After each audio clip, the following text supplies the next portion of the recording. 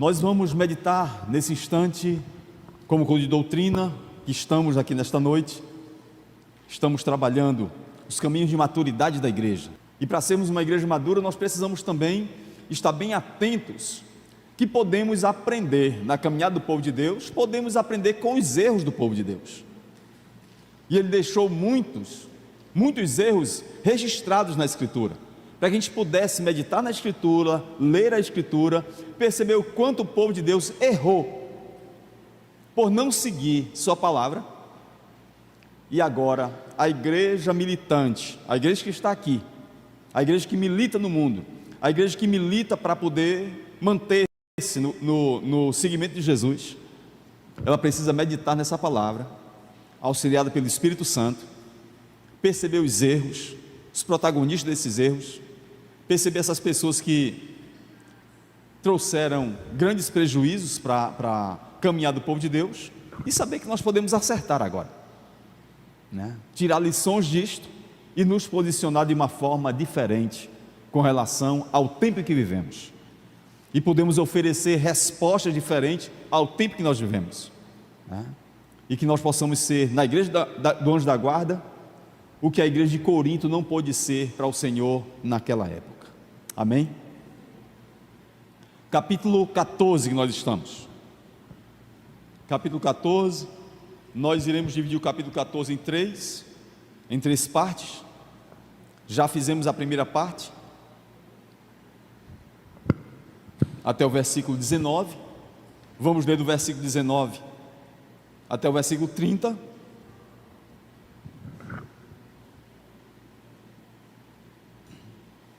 Do versículo 19 hoje, do versículo 20 até o versículo 30, isto. 1 Coríntios capítulo 14, do versículo 20 ao versículo 30. Quantos acharam?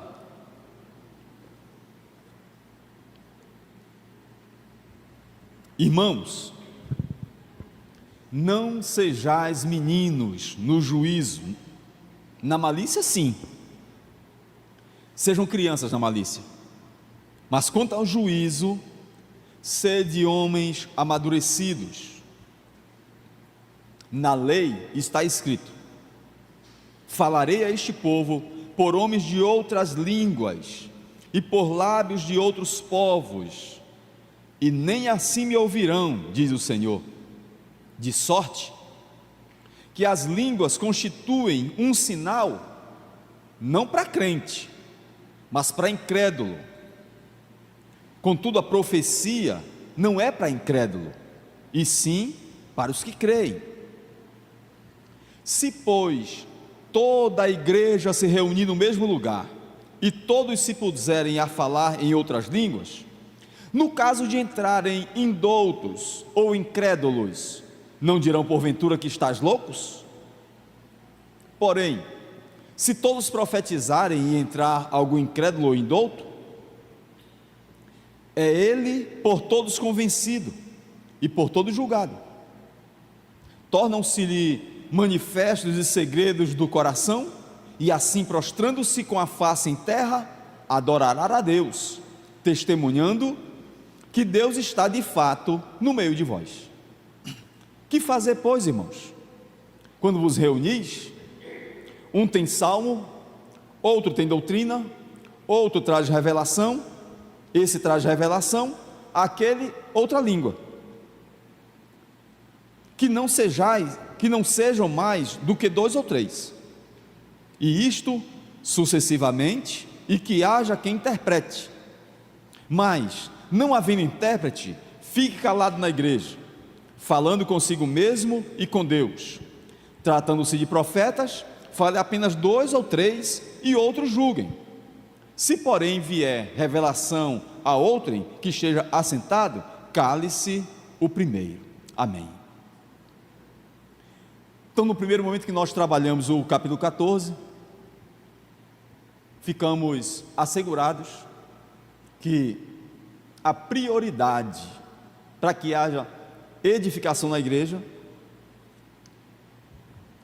é buscarmos o dom de profetizar, o dom da profecia, se esmerar na palavra, é preciso que haja edificação. A prioridade é haver edificação, de modo que o nosso culto ao Senhor, ele é para a glória de Deus e para a edificação mútua, para gerar maturidade na vida da igreja, e essa maturidade é gerada pela exposição da palavra do Senhor, amém? A exposição da palavra do Senhor traz então todo um laço para a nossa vida, aquilo que Paulo falou no capítulo 14 aqui no versículo 2, né? No versículo 3, o que profetiza fala aos homens, edificando, exortando e consolando. Então este é o caráter triplo, quando nós priorizamos a palavra do Senhor. Ela vem para exortar, vem para edificar, ela vem para consolar. E quem profetiza fala aos homens, e quem ora em línguas ou fala em línguas, ele conversa com Deus, e em mistérios fala com Deus. E o orar em línguas, o falar em línguas, edifica a si mesmo, gera edificação para a própria pessoa. Já o profetizar, ela fala não a Deus, ela fala aos homens, e ela gera uma edificação maior, no maior número. Por isso que Paulo diz assim: procurem, sigam o amor e busquem os dons, e derem prioridade à profecia. Esta é a recomendação de Paulo quando ele inicia a exortação para a igreja no capítulo 14. O amor esteja acima de tudo, sigam o amor. O amor vai estar em vocês, porque é o dom do Espírito. Não se pode glorificar a Deus, não se pode fazer um culto bom sem ser guiado pelo Espírito, porque o Espírito é quem vai colocar o amor em nosso coração. O amor vai nos conduzir a Deus, o amor vai nos fazer enxergar o outro, o amor vai nos fazer colocar o dom a serviço do outro. É o amor que vai me fazer perceber que se o culto que glorifica a Deus é aquele que gera edificação, então eu devo procurar aquilo que gera maior edificação. Qual é o dom que gera maior edificação? É o dom da profecia. Então eu devo buscar os dons, principalmente que profetizeis, isto é, principalmente que vocês falem as maravilhas de Deus, para que outros sejam edificados, né? Então ele diz assim: a proclamação da palavra do Senhor tem um tríplice benefício: ela conforta, ela exorta e ela edifica. Por isso nós temos que glorificar a Deus nesse sentido, amém? Então Paulo colocou aqui, e nós vemos em primeiro lugar que o dom de línguas não pode ter a primazia, é a escritura que tem que ter, é a profecia que tem que ter a primazia na vida da igreja, na busca do crente, né? Não é o falar em línguas. Por quê? Veja o versículo 11 do capítulo 14.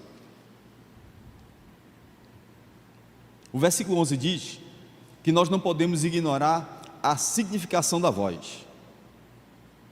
Capítulo 14, versículo 11.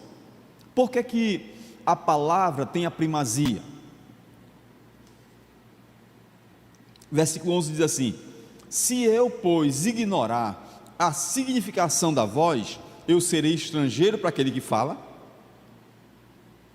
e ele estrangeiro para mim. Então, se alguém aqui no púlpito estiver falando em línguas, e outro aí na cadeira também falando em línguas, serão dois estrangeiros. Se não tiver intérprete, nós estaremos sendo dois estrangeiros. É como se tivesse um brasileiro e um alemão conversando, e nenhum conhecesse a língua do outro. Um estaria pregando aqui em alemão, e as pessoas em português aqui, e não havendo intérprete. Nós estaríamos aqui fazendo o quê? Porque nós teríamos perdido a significação da voz. É isso que Paulo diz assim. Então é preciso que haja a prioridade da palavra, porque ela gera maior edificação, amém? Significação da voz, isto é importante. A outra coisa que é importante, que muitas vezes as pessoas não conseguem entender, está no versículo 13.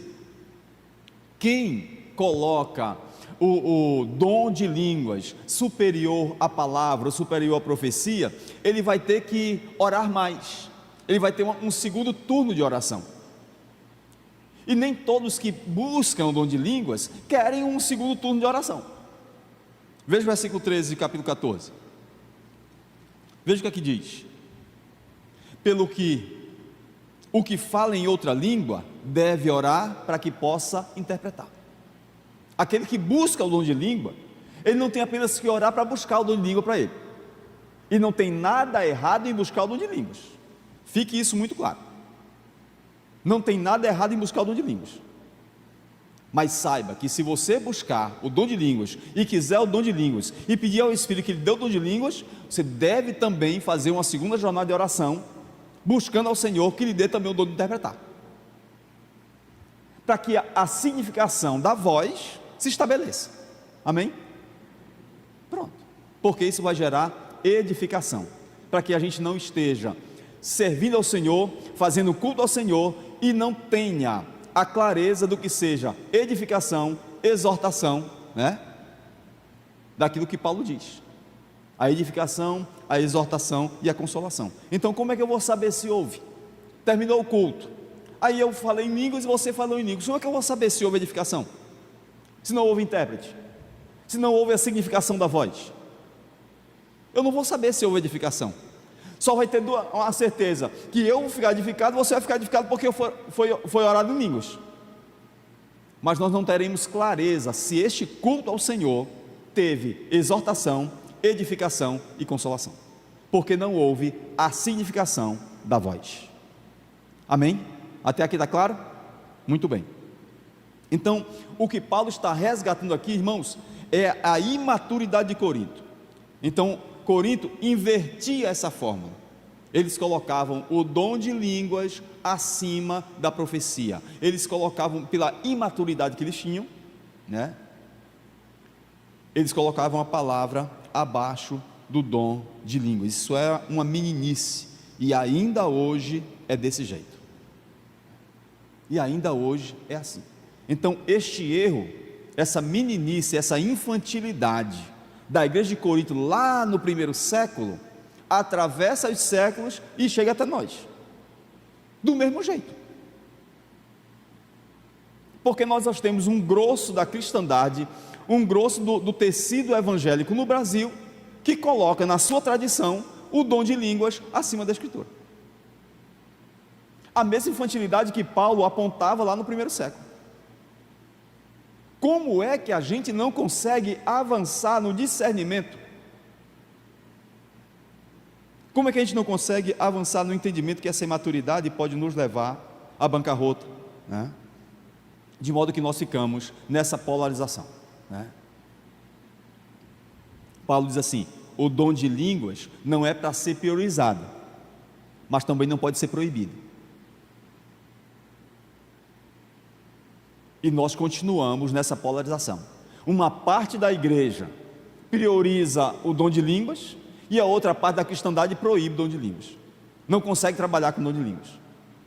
Aí fica essa polarização, um chamando o outro de agitado e cheio de excessos, e o outro grupo chamando o outro de frio, de congelado, de sorveteriano. Não aprenderam nada com a igreja de Corinto, e não aprenderam nada com a Escritura, porque vivemos nessa polarização, e não precisamos viver nessa polarização, porque toda essa polarização é burra, não gera entendimento, não gera crescimento e não gera edificação. Então nós somos chamados nesta noite a entender o quanto é maravilhoso priorizar a palavra do Senhor acima de qualquer coisa, porque é o mandamento, amém? Seguir o amor e procurai com zelo os dons espirituais, principalmente o dom de profetizar, porque quem profetiza fala aos homens e gera exortação, gera consolação e gera, qual é a outra? Edificação.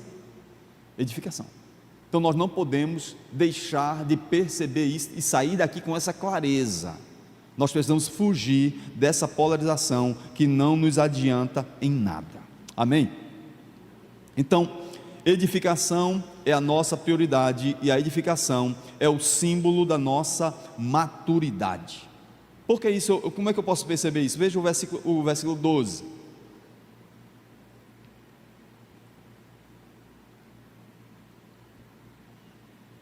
Assim também vós, visto que desejais dons espirituais, procurai progredir para a edificação da igreja.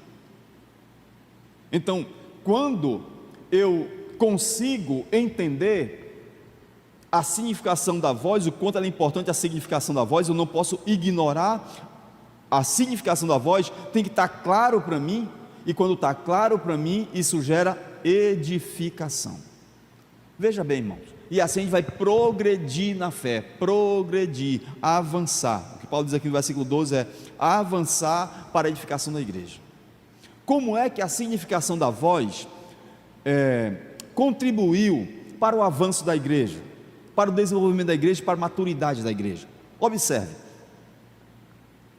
a igreja de Jesus Cristo, no ano 300, cansada do judaísmo querer impor a sua doutrina, impor circuncisão, impor a guarda do sábado, impor a lei às pessoas, aos gregos, aos coríntios, né?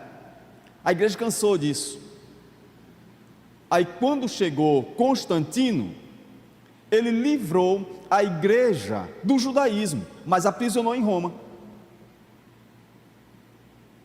Ele tirou o jugo do judaísmo sobre a igreja, abriu a igreja para os gentios, mas isolou a igreja em Roma. Então a tradição da igreja de Roma ficou muito acima da escritura. Por quê? Porque aí os sacerdotes, os bispos, os padres da igreja, como é que eles faziam a missa? Eles faziam a missa de frente para a cruz, de costa para os membros, em latim. Só que as pessoas que estavam ali na igreja não iam para a escola, eram camponeses, não estudavam, não havia escola, não havia professores, não haviam faculdades, só foi começar após a reforma. Basta você ler a história da igreja e o renascimento. As pessoas não iam para a escola, então elas iam para a igreja, lotavam as igrejas, e por isso que as igrejas na Idade Média, elas tinham vitrais, elas tinham imagens, elas tinham pinturas, quadros, representando os santos, representando os 7 estágios da crucificação, do sacrifício de Jesus. Por quê? Porque as pessoas não entendiam latim, então elas tinham que olhar, elas tinham que entender o evangelho através das coisas significadas, e começavam a adorar imagens, a adorar pessoas, o seu caráter, a sua caminhada, seus exemplos, e a igreja romana ensinou os crentes a adorar pessoas, porque não havia entendimento, porque os líderes da igreja ensinavam as pessoas de costas, falando em latim, sem levar em conta a significação da voz. Então não havia edificação, não havia consolação e não havia entendimento. Aí vem Lutero, ele diz assim: está errado, a gente precisa mudar isso aqui, e mudou, e diz: nós precisamos colocar a Bíblia na mão das pessoas e parar de falar em latim, e precisamos nos virar para eles, falar para eles, porque a palavra diz que quem fala, quem profetiza, fala aos homens.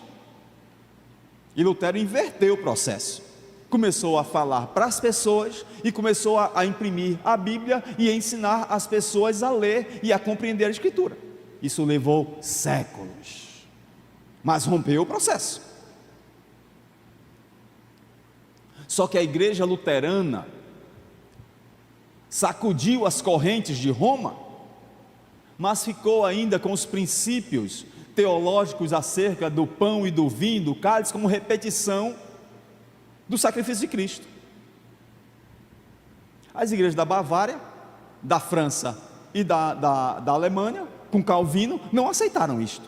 Surge então a igreja presbiteriana, que sacode o jugo de uma ceia que repetiu o sacrifício de Cristo, e caminha, e avança. Só que surge no meio presbiteriano, na Suíça e na própria Alemanha, e também no sul da França, uma corrente chamada cessacionistas, que diz que os dons cessaram. junto com os apóstolos e com o fechamento do cânon. Aí, porque fechou o cânon e os apóstolos todos faleceram, então os dons cessaram ali. E essa corrente fez com que a igreja chegasse no ponto em que nós chegamos. Aí você tem uma corrente da igreja presbiteriana que crê na contemporaneidade dos dons. Os dons valem ainda para hoje, mas tem alguns pastores que vieram da Escócia, alguns pastores que vieram da França, alguns pastores que vieram dos Estados Unidos para cá como missionários, ensinaram para a igreja presbiteriana a cessação dos dons.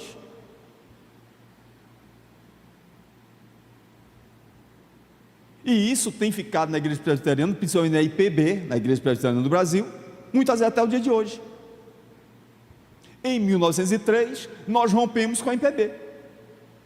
E muitos, a maioria, a ampla maioria da nossa teologia, dos nossos pastores, daqueles que nos ensinaram, não trabalhavam com cessacionismo.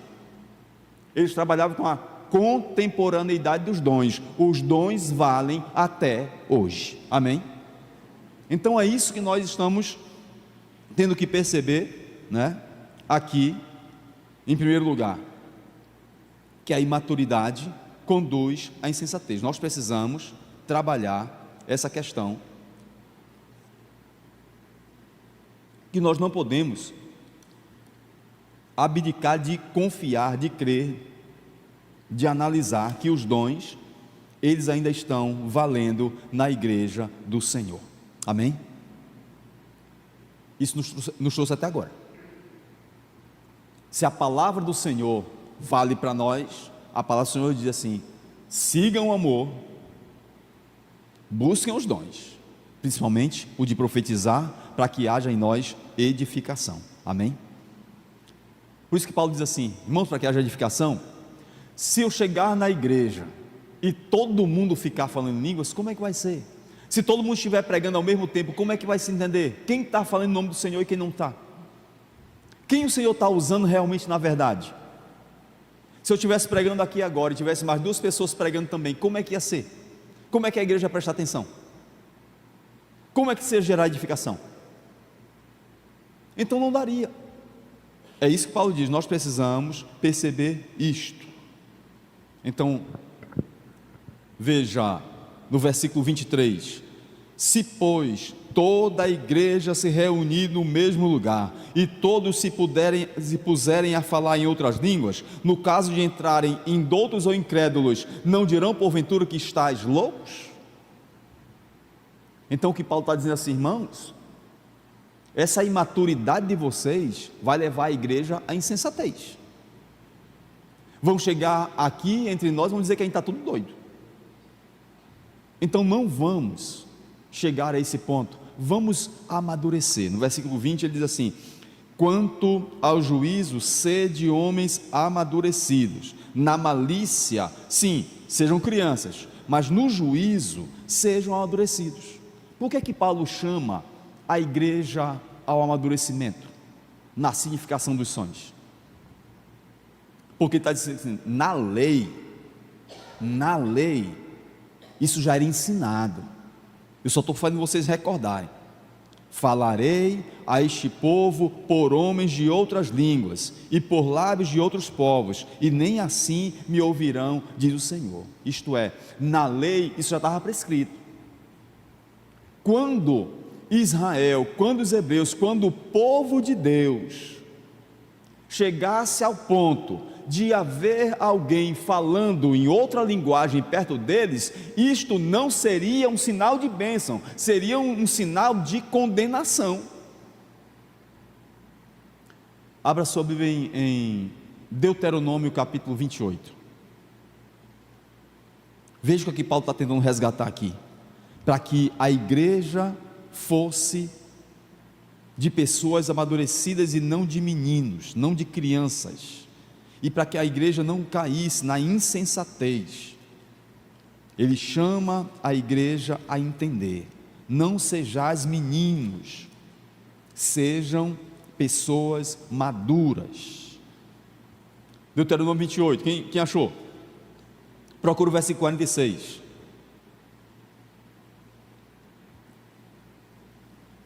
O 45, ele diz que por causa da idolatria e por causa de eles não obedecerem ao Senhor, as maldições viriam sobre eles, alcançariam eles, porque eles não ouviram a voz do Senhor, não guardaram os mandamentos e estatutos que eles ordenaram. Então,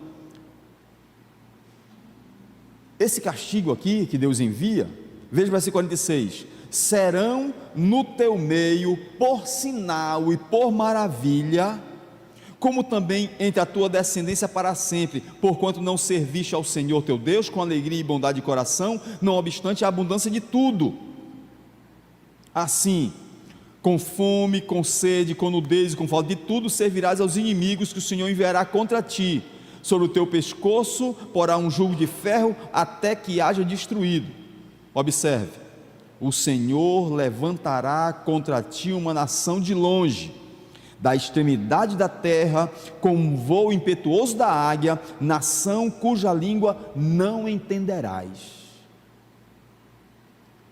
Então a maldição da aliança, o castigo da aliança para o povo hebreu, quando chegasse perto deles uma nação tentando impor uma nova linguagem, uma nova abordagem, uma outra língua, isso não era sinal de que Deus estava aprovando, era o sinal de juízo, de castigo.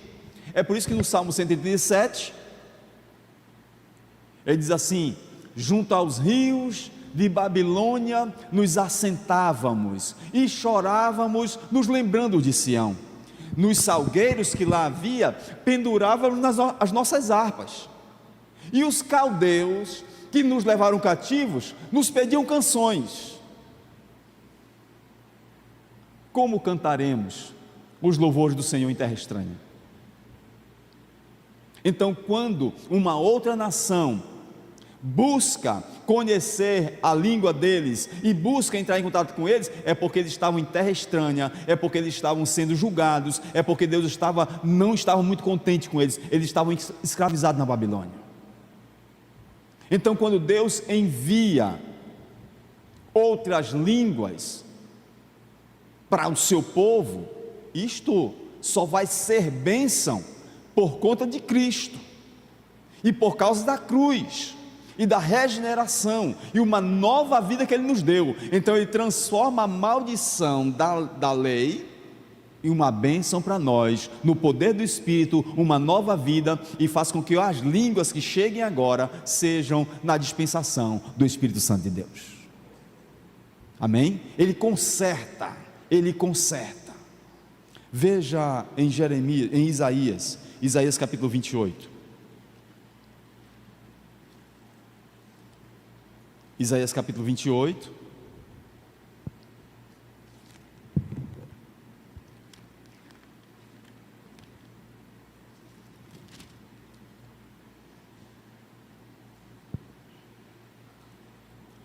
Procura o versículo 11. Pelo que por lábios gaguejantes e por língua estranha falará o Senhor a este povo. Veja o que essa profecia diz. Veja que desde o Deuteronômio, passando pelos profetas, uma outra língua não é sinal de bênção, é sinal de castigo, porque desobedecerão ao Senhor. Pelo que por lábios gaguejantes e por língua estranha falará o Senhor a este povo, ao qual Ele disse: este é o descanso, dá descanso ao cansado, e este é o refrigério, mas não quiseram ouvir. Assim, pois, a palavra do Senhor lhes será preceito sobre preceito, preceito e mais preceito, regra sobre regra, regra e mais regra, um pouco aqui, um pouco ali, para que vão, caiam para trás, se quebrantem, se enlacem e sejam presos. A palavra do Senhor vai ficar escanteada, vai ficar só regra, vai ficar só preceito, vai virar só tradição, e essa tradição vai aprisionar, e essa tradição não vai gerar progresso, e essa tradição vai trazer prejuízo para o povo de Deus. É regra sobre regra, é preceito sobre preceito, e a igreja do Senhor vive assim: pode, não pode, e a doutrina vira o pegue, não pegue, prove, não prove, vá, não vá, e fica esses preceitos, regra em cima de regra, preceito em cima de preceito, isso não gera edificação, não gera nada, não gera vida. E isso está sendo dito desde os princípios. Língua era sinal, língua estranha, antes da cruz, era um sinal de juízo para o povo de Deus. A língua estranha só tornou-se uma bênção na nova aliança, porque Cristo morreu por nós e nos deu nova vida e nos fez andar no Espírito Santo de Deus. Ele transforma a maldição em bênção, ele resgata a nossa vida. Veja Jeremias capítulo 5.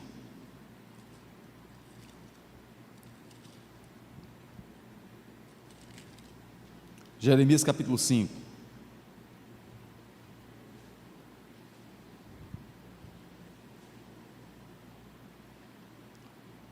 Versículo 14: portanto, assim diz o Senhor, o Deus dos exércitos, visto que proferiram eles tais palavras, este converterei em fogo as minhas palavras na tua boca, e a este povo em lenha, e eles serão consumidos.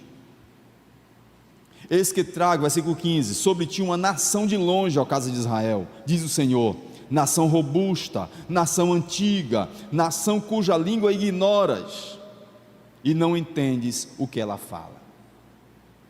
Veja que Deus usa Moisés, Deuteronômio, Deus usa Isaías e Deus usa Jeremias, para mostrar que língua estranha antes da cruz era um sinal de juízo e não de bênção. Língua só vai ser bênção e gerar edificação quando Cristo vai à cruz por nós e nos resgata da maldição da lei. Amém?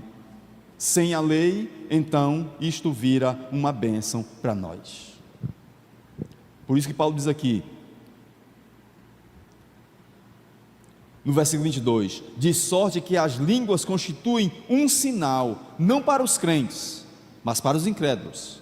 Mas a profecia não é para os incrédulos, e sim para aqueles que creem. Então, quando a igreja é adornada, quando a igreja clama por falar em línguas acima da Escritura, a igreja está buscando para si juízo de Deus. Então, Deus conserta tudo isso no Pentecostes.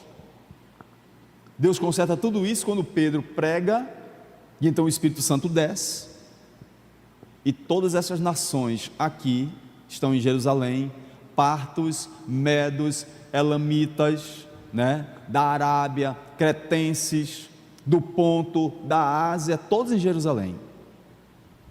E o Espírito Santo vem e façam que eles falem da grandeza de Deus na língua dessas pessoas. Então ele se torna um sinal para os incrédulos e não para os crentes. Porque cretenses, arábios, asiáticos, da Capadócia, da Bitínia, eles disseram, mas não são esses hebreus? Como é que nós ouvimos acerca da grandeza de Deus na nossa própria língua? Isso é um sinal, isso é maravilhoso. Por isso que Paulo diz, isso se constitui um sinal, não para os crentes, mas para os incrédulos.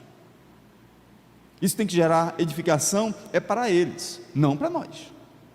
Porque quem ora em línguas, fala para com Deus e edifica a si mesmo. Mas quando nós falamos da palavra do Senhor, nós então edificamos a maioria das pessoas que recebem a palavra do Senhor. Amém? Então, a graça de Deus em Cristo converte a maldição em um dom. As línguas hoje não são mais uma maldição, são um dom, dom do Espírito, e devem ser buscados. Para que isso? Veja o versículo 25, testemunhando que Deus está de fato no meio de vós. Os dons do Espírito Santo devem estar sendo vistos na igreja, notórios na igreja. O dom da revelação, o dom de profecia, o dom de governo, o dom da consolação, né? Dom de maravilhas, o dom de socorros, o dom da fé. Essa lista enorme de dons que o Espírito Santo coloca para nós buscarmos ao Senhor, isso tem que estar para que testemunhe que Deus está de fato no meio de vós. Amém? Então nós precisamos evitar, quando nós caminhamos nessa maturidade da palavra do Senhor, nós evitamos a insensatez. Quando nós não colocamos o dom de línguas acima da Escritura, nós estamos caminhando na maturidade e evitando a insensatez. Se, pois, versículo 23, toda a igreja se reunir no mesmo lugar, e todos se puserem a falar em outras línguas, no caso de entrarem indoutos ou incrédulos, não dirão porventura que vocês estão sem juízo? Nós precisamos evitar que isto aconteça. Sem intérprete dirão que vocês perderam o juízo. Isso termina afastando as pessoas. Aí você diz, mas pastor, como é que isso vai afastar as pessoas, se as igrejas pentecostais são as que mais crescem? Como é que isso pode estar afastando as pessoas? Por elas considerarem que a variedade de línguas, dom de línguas, é um dom que não cessou, e por isso que elas crescem mais em número, porque os missionários que chegaram para gerar o pentecostalismo, não trouxeram o cessacionismo, e nós presbiterianos, no nosso meio foi semeado um cessacionismo. Quem fez isso eu não sei, mas que prejudicou a igreja presbiteriana, prejudicou, e trouxe para nós reformados um buraco, que o dom cessou, que o dom cessou, que o dom cessou, e os crentes pararam de buscar. Para nós, para a igreja do Senhor, o dom de línguas é dom do Espírito, e enquanto houver a igreja do Senhor militando aqui na terra, o Espírito Santo estará conosco, e os dons não podem cessar se Ele está conosco. E é por isso que muitas vezes você vê o desenvolvimento numérico de outras igrejas, principalmente no segmento pentecostal, por conta de uma doutrina que foi colocada na cabeça de um bocado de presbiteriano que aceitaram isto, que olharam para a tradição e não olharam para a palavra, correram no mesmo erro dos coríntios, que colocaram a tradição acima da Escritura. Erramos e nos prejudicamos, e estamos aqui para que o nosso entendimento se abra, o nosso coração se alargue, a gente começa a entender o que é doutrina, e coloque a tradição no lugar dela, e coloque a palavra do Senhor no seu devido lugar, que é ter a primazia. Amém? Os irmãos conseguem entender isso? Nós precisamos entender, de uma vez por todas, que o dom de línguas é um dom do Espírito, e que deve ser buscado, e que pode ser buscado, e que nós não podemos olhar atravessado para um irmão que está falando em línguas. Quando é que nós vamos entender isso? Quando é que nós vamos normalizar que na igreja presbiteriana os dons devem ser evidenciados? Quando isso tem que estar normalizado em nosso coração? Vai levar quanto mais tem mais 100 anos? Não podemos, irmãos. Nós temos que urgentemente normalizar que o Espírito Santo de Deus habita no nosso meio, e que esses dons são contemporâneos. Ou então nós vamos que ter a coragem para dizer que o dom de línguas não é do Espírito Santo. Alguém tem coragem de levantar a mão para dizer isso? Então, raios, conserta isso na cabeça, conserta isso na cabeça, ou então tem coragem para vir e dizer. É muito simples.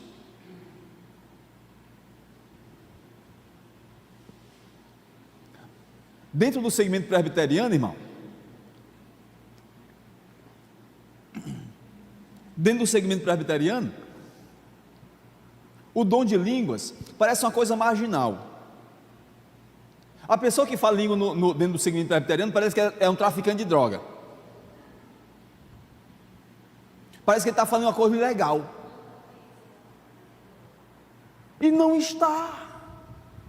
Desde quando falar em línguas é uma coisa ilegal, imoral, ilícita? Desde quando? Quem foi que disse isso? Quando se ensinou isto? A gente tem que parar com isso, irmão. E tem que parar, não é só no Anjo da Guarda, não. Tem que parar em todas as nossas igrejas. Os pastores têm que ter coragem para ensinar a Bíblia como ela é. Eu não estou aqui para colocar a tradição da igreja presbiteriana acima da Escritura, assim como eu posso falar também do segmento pentecostal, porque eu passei 30 anos lá e não colocava a tradição do pentecostalismo acima da igreja presbiteriana, e por isso que eu saí. Agora eu não posso chegar aqui e também achar isso normal.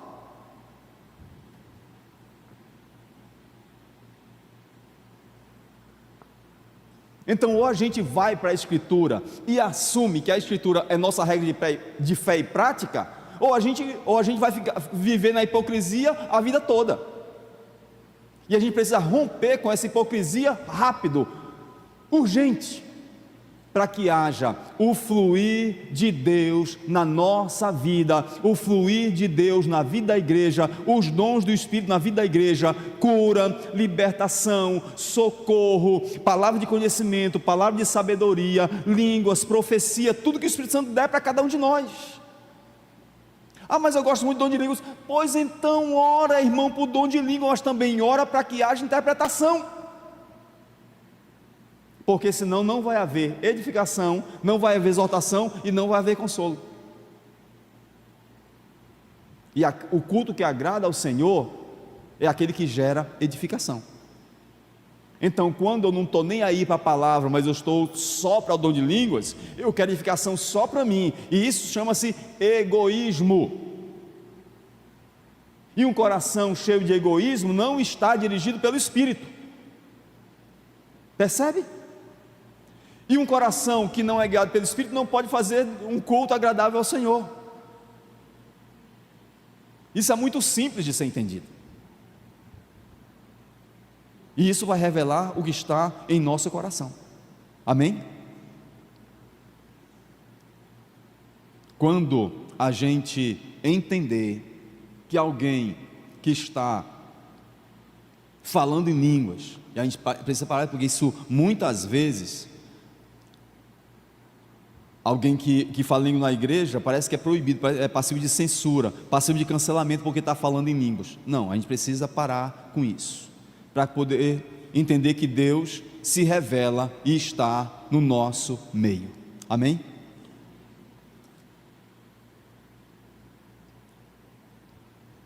Então, o que Paulo diz é, para que as pessoas não achem que a gente está doido, não vejo dizer que a gente está doido, a gente precisa priorizar a profecia, a palavra do Senhor, a pregação realizada no poder de Deus e na dependência de Deus. A prioridade não é o dom de línguas, a prioridade é a profecia. Isso não significa que o dom de línguas não tenha sua importância e não seja de Deus, não é isto. A gente não pode polarizar, irmãos, fuja da polarização. Por Cristo Jesus, nosso Senhor, fuja de polarização, fuja de extremos. Pelo amor de Deus, fuja de extremos. Porque a gente vive em extremo, acaba metendo os pés pelas mãos. Ora, tivemos no começo do mês de julho uma polêmica nas redes sociais. Os irmãos vão lembrar. Um pastor, marido de uma cantora, acho que era a esposa da Heloísa Rosa, faz uma besteira, abusa de uma criança. Aí vai um pastor de Santa Catarina, porque é amigo do pai desse rapaz, e defende ele em rede social. Isso gera uma polêmica. Como é que um pastor desse nível vai defender um abuso desse? Aí o pastor sentindo-se cancelado na rede social, vai para a igreja se explicar por que foi que ele defendeu um abusador. No meio do culto, ele está se justificando acerca do parecer que ele deu. Surge uma mulher dizendo que ele ficasse muito calmo. A mulher se levanta em profecia, diz assim: pastor, você fique muito calmo, porque todas essas pessoas que estão contra você agora vão me pedir desculpas. 15 dias depois, esse pastor estava pedindo desculpa. E aquela profecia, irmão? E aquela profecia lá? Foi mandada por quem? Está vendo o que estão fazendo com a igreja, irmão? E aquela profeta lá, que disse que ele ficasse calmo porque iam pedir desculpa a ele, e ele foi, com 15 dias depois, ele foi pedir desculpa.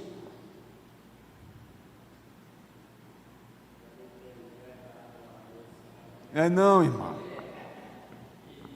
Entendeu errado coisa nenhuma, porque Deus não é Deus de confusão, Deus é um Deus de paz, e quando Ele usa bem.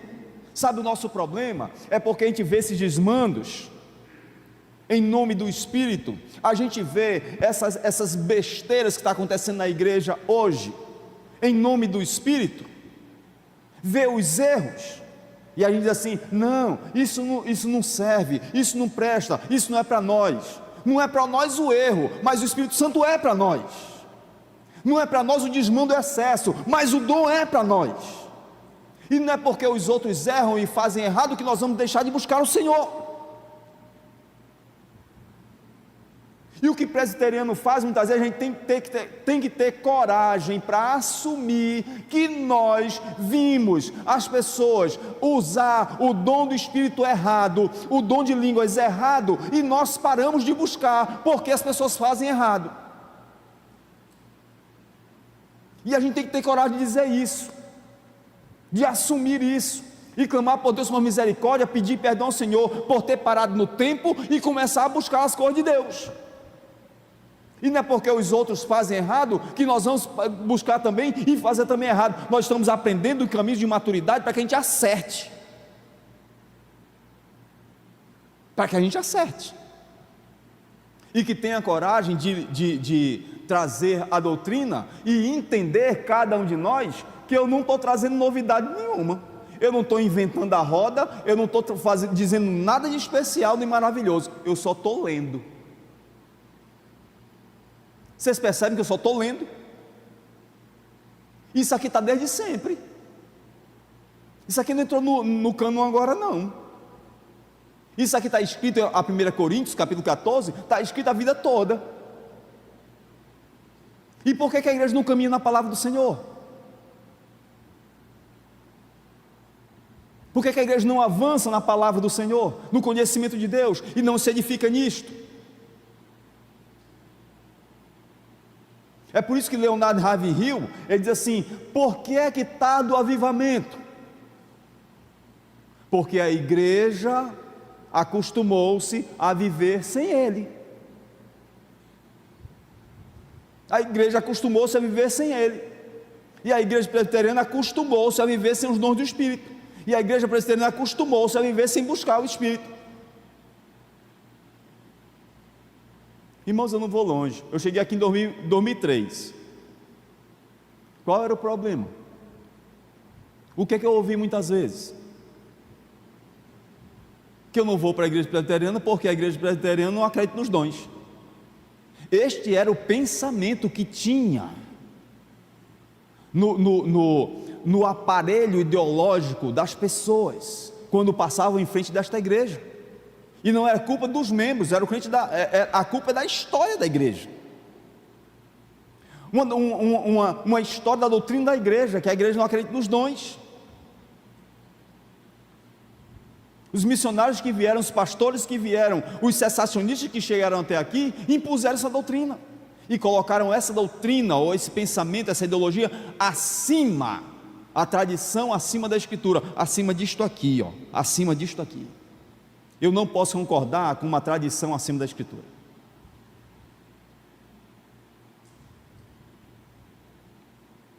De modo, irmãos,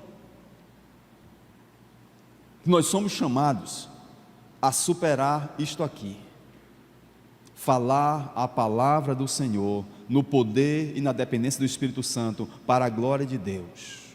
Amém? Testemunhando que Deus está de fato no meio de nós. É isso que nós precisamos entender. Falar língua no meio de uma igreja presbiteriana, para você ver a loucura que é. Aí nego se volta para trás e procura, o que é isso aí mesmo? O que é isso aí mesmo? O que é que está acontecendo aí mesmo? O que foi? O que foi? Aí começa a olhar de lado, olhar para trás, olhar, e quem foi? Quem é? Quem é? Como se fosse uma coisa, como se fosse, sabe? Parece que você está fazendo uma coisa do outro mundo. Gente, isto é apenas 1 Coríntios 12, é só isto. E o 14 está dizendo como deve ser.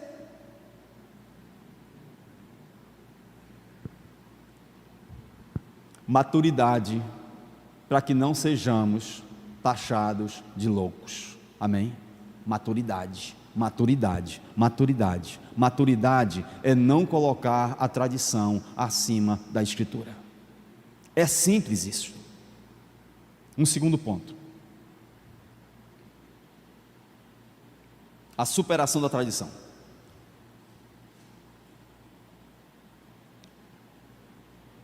Não é apenas não ser chamado de louco, mas é avançar na superação da tradição.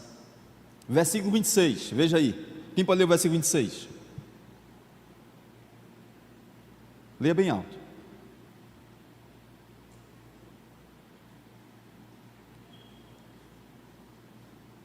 Primeira Coríntios 14, 26. Sim. Que fazer, pois, irmãos? O que é que nós vamos fazer então? Tá, tudo bem, o Senhor falou isso aqui, mas vamos fazer o quê? Então, quando vos reunis, um tem salmo, outro doutrina, esse traz revelação, aquele outra língua. Observe isso aqui está escrito desde sempre. Esse traz revelação, aquele outra língua. Então, eu não posso achar normal que um crente que fale outra língua na igreja, a pessoa fique, vixe, mas que é isso? Que novidade é essa? Como é que vai ser novidade se está aqui, desde Paulo? Irmão, se tem alguma coisa errada, não é com a Escritura, é com a gente. É com a gente. Se tem alguma coisa errada, não é com o texto bíblico, não é com Paulo, é com a gente. E ainda outra interpretação: seja tudo feito para edificação. Pastor, e se eu falar, versículo 27, no caso de alguém falar em outra língua, isso não significa que todo culto a pessoa vai falar. Isso não significa que tem que haver, porque se não houver, não é isso. No caso de alguém falar em outra língua, porque vai para um extremo, irmão, vai para um extremo que a pessoa diz assim, se no culto não houver falar em língua, Deus não estava presente. Mas onde é que isso está escrito? Onde é que isso está escrito? Porque se eu falar em língua, botar a mão na cabeça do outro e o outro não cair, é porque não tem um poder. Gente, uns caem, outros não caem, uns choram, outros não choram. A minha experiência com o Espírito Santo não precisa ser norma para a experiência com o Bitinho, pode ser diferente. E se eu cair e o Baixo não cair, não significa que houve a diferença de espírito. O que houve é a manifestação diferente do Espírito que age em nós de maneira diferente, porque nós somos diferentes. Você está entendendo? É só isto. Mas a tradição diz que se você é crente e não falar em língua, você não tem o Espírito. Mas aonde que isso está escrito? O que está escrito é, a um ele dá isto aqui, e a outro ele dá este outro, e a outro pelo mesmo Espírito, esse outro. Mas a tradição colocada acima da Escritura diz: se você não falar em língua, você não tem o Espírito Santo. Mas não é isso que a Bíblia diz. Porque Ele dá a cada um o dom conforme lhe apraz, conforme a vontade do Espírito. Era isso que eu não concordava. Eu li a Bíblia, não, tem coisa diferente aqui, porque não está batendo. Não está batendo. Até que um dia eu disse: não, eu não consigo mais viver assim. Eu não consigo mais viver assim. A Bíblia está dizendo uma coisa, a igreja está fazendo outra, e está achando normal. Eu disse: está errado.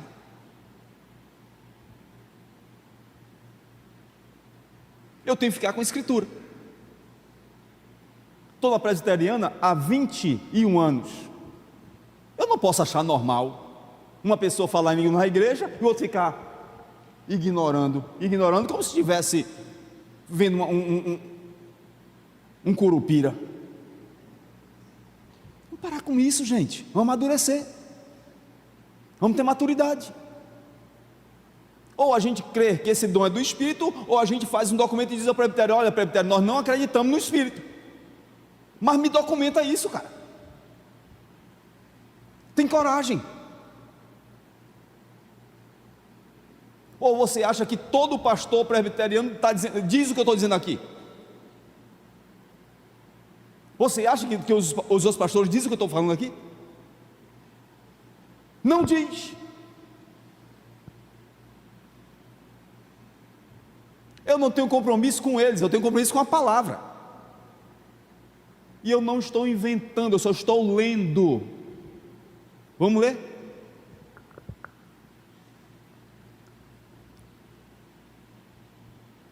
No caso de alguém falar em outra língua, que não sejam mais do que 2, ou muito 3, e sucessivamente, e haja quem interprete. É assim que acontece? Não é assim que acontece. Não é assim que acontece. E quando eu via que não era assim que acontecia, eu dizia: papai, como é que isso pode? Mas ele também não sabia. Porque a ele também foi ensinado o peso da tradição. A tradição acima da Escritura. Isso dá um problema depois. Aí nós temos a igreja, por causa da tradição, e a tradição quebra, a tradição dos homens quebra, e a igreja sai quebrando. Está aí a igreja toda quebrada.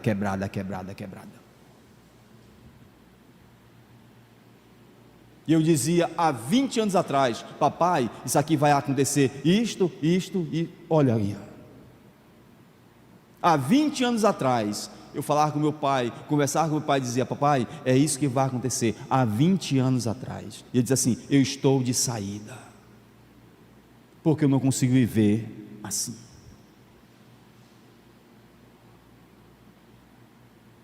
Versículo 28.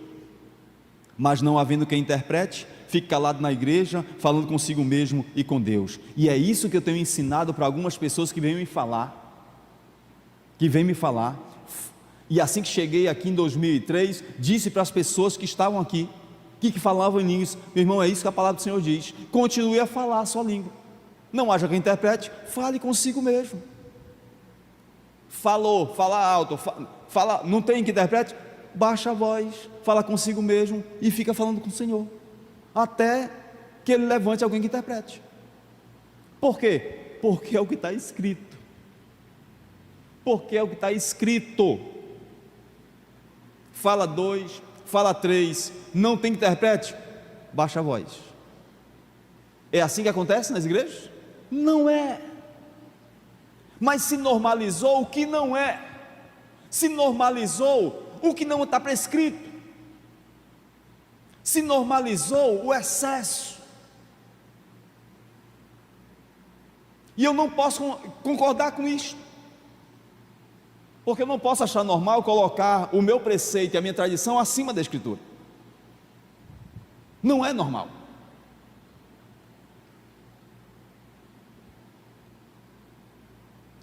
Se alguém tiver revelação, a outro que esteja sentado, cale-se o primeiro.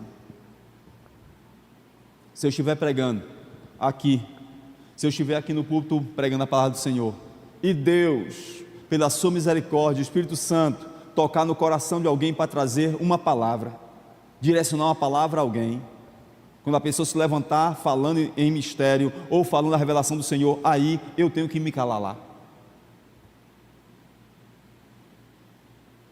porque é o que está escrito.